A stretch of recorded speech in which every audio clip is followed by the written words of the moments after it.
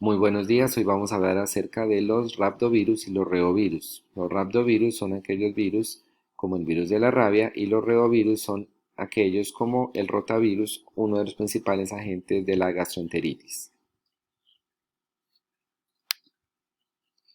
La estructura de los rhabdovirus son básicamente, como ustedes pueden ver en la figura de la derecha, similares a una bala. Pertenecen al género Lyssavirus de la familia Rhabdoviridae. Son virus simples, son virus de material genético ARN en sentido negativo que codifican para 5 proteínas.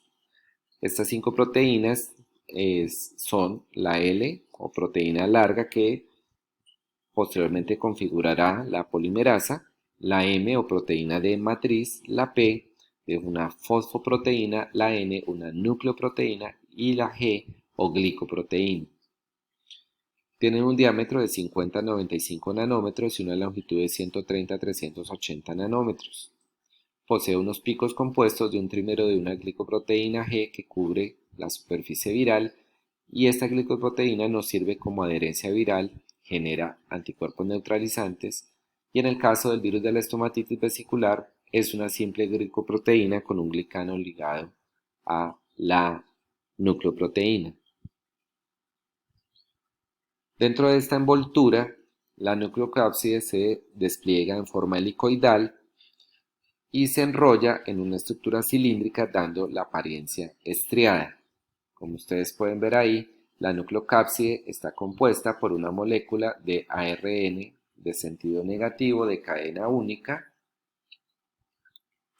que tiene aproximadamente 12.000 pares de bases y de unas proteínas no estructurales además de otras proteínas L larga y N de nucleoproteína. Las proteínas L larga y las no estructurales constituyen la polimerasa ARN dependiente del ARN. La proteína N o nucleoproteína es la principal proteína estructural del virus. Tiene varias funciones. Protege al ARN de la digestión por la ribonucleasa, mantiene al ARN en una configuración estable para la transcripción y la proteína de matriz M se encuentra entre esta envoltura y la nucleocápside. ¿Cómo se replican los virus de la rabia? Lo primero que tiene que ocurrir, aquí lo vemos en el número 1, es la absorción, o sea, la fusión de la envoltura del virus de la rabia a la membrana celular para poder empezar el proceso infeccioso. Posteriormente tiene que haber una penetración de este material viral por pinocitosis al citoplasma para formar unos grandes endosomas que se observan como unas vesículas citoplasmáticas como ustedes pueden ver acá. Posteriormente, estas membranas virales se fusionan a las membranas de los endosomas liberando la ribonucleoproteína viral dentro del citoplasma, proceso conocido como denudamiento. A continuación ocurre la transcripción por medio de la polimerasa viral, ya mencionamos que es codificada por el gen L del ARN genómico viral en un ARN líder y en un 5-ARN mensajero con una poliadenilación. A continuación sigue la traducción, en la cual se dan la síntesis de las 5 proteínas mencionadas, la N, la P, la G, la M y la L, en los ribosomas libres en el citoplasma. La síntesis de la proteína G o de la glucoproteína inicia en los ribosomas libres en el citoplasma y se completa su síntesis y glicosilación en el retículo endoplásmico y en el aparato de Golgi. La replicación inicia cuando cambia la relación entre el ARN líder y la proteína N. Esto lleva a que se sinteticen copias de longitud completa en sentido positivo, que sirven como plantillas para la síntesis de cadenas negativas. Esto hace que la transcripción se haga en forma ininterrumpida y finalmente la polimerasa viral ingresa a un solo sitio en el extremo 3' del genoma y procede a sintetizar copias completas del genoma. Por último ocurre el ensamblaje en el cual el complejo de nucleoproteína y proteína larga encapsula el ARN genómico de cadenas negativas para formar el core que es la ribonucleoproteína, y la proteína M forma además la matriz. Este complejo de ribonucleoproteína junto con la proteína de la matriz migra al área de la membrana plasmática que contiene insertos de glicoproteína, y la proteína M inicia el enrollamiento. Este complejo RNP-M se une con la glicoproteína y el virus completo brota de la membrana plasmática. A nivel del sistema nervioso central o a nivel neuronal, brota de la membrana plasmática, mientras que a nivel de las glándulas salivales, que es otro de los sitios donde tiene infección este virus, brota de la membrana celular dentro del lumen acinar. Finalmente ocurre muerte celular y lisis, que ocurre después de la infección. ¿Cómo se transmite este virus?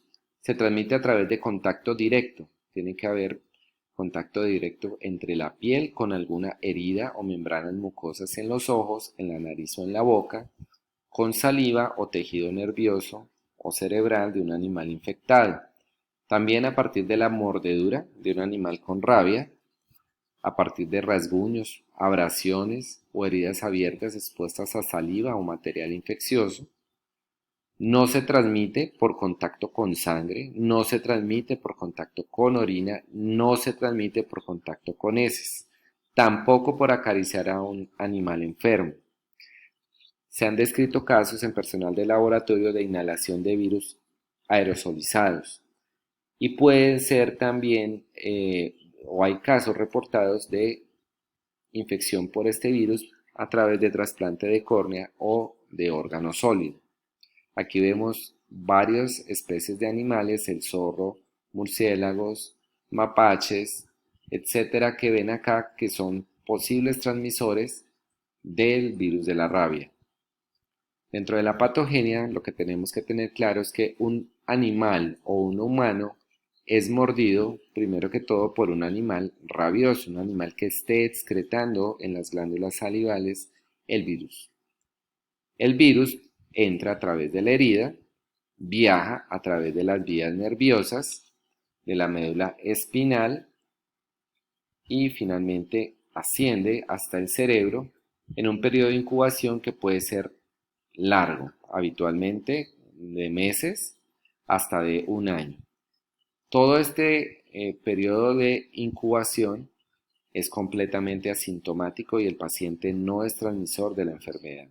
Cuando llega ya al cerebro, se multiplica rápidamente causando inflamación y pasa a las glándulas salivares y a la saliva, que es cuando aparecen los primeros signos.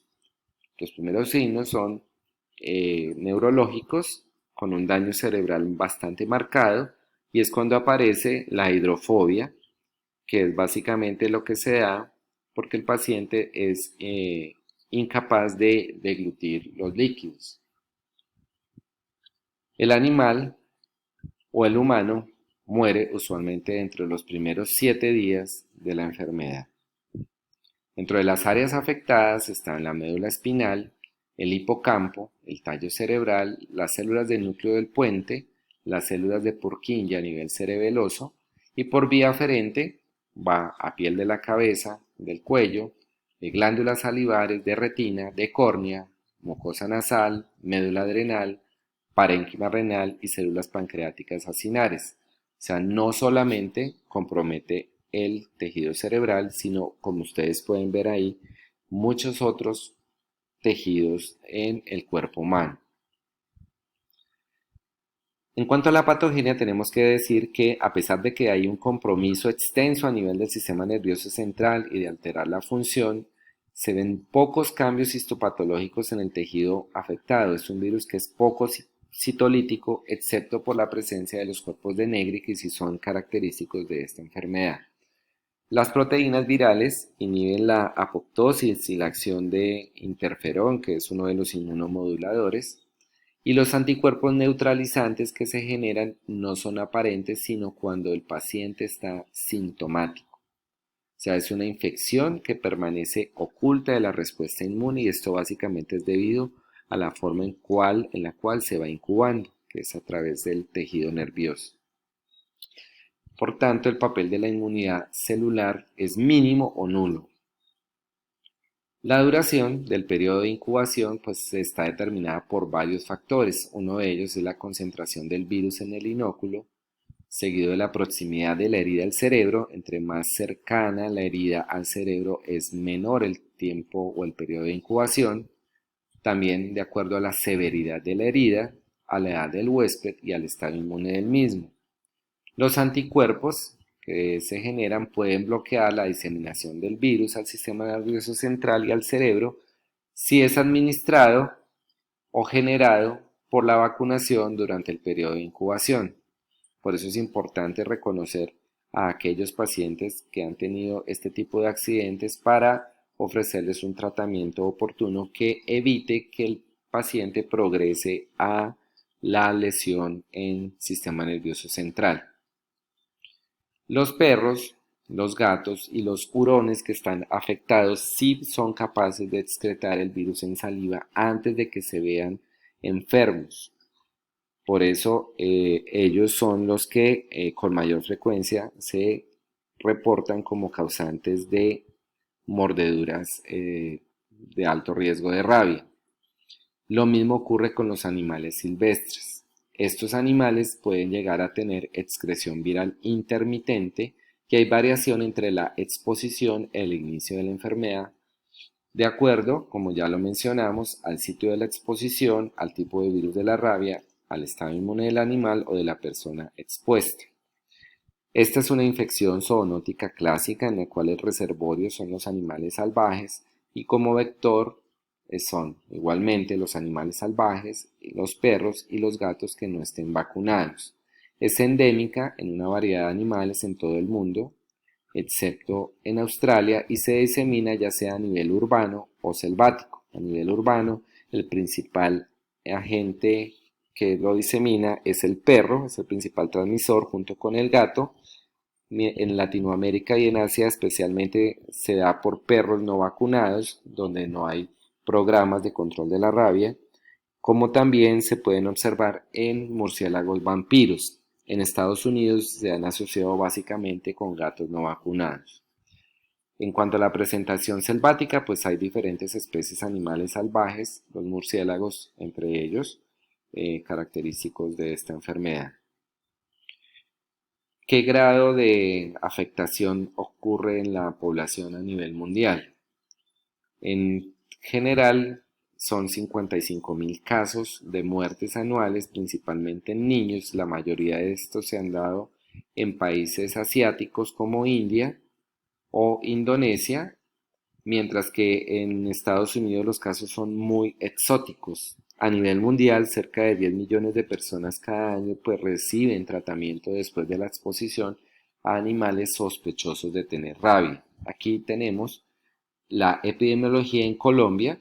Vemos que para el año 2019 hubo un reporte de 142.445 casos confirmados de agresiones y contactos con animales potencialmente transmisores de la rabia, que aumentó un 5.1% respecto al año inmediatamente anterior.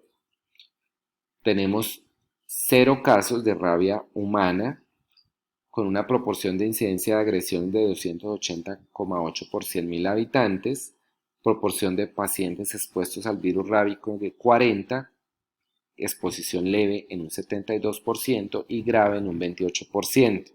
Como ustedes pueden ver ahí, los únicos áreas del país que tuvieron incremento del reporte de casos fueron Antioquia, Bogotá y Nariño. Cerca del 52% fueron hombres, la mayoría de los casos ocurrieron en cabecera municipal y el principal agente o animal agresor fueron los perros y los gatos.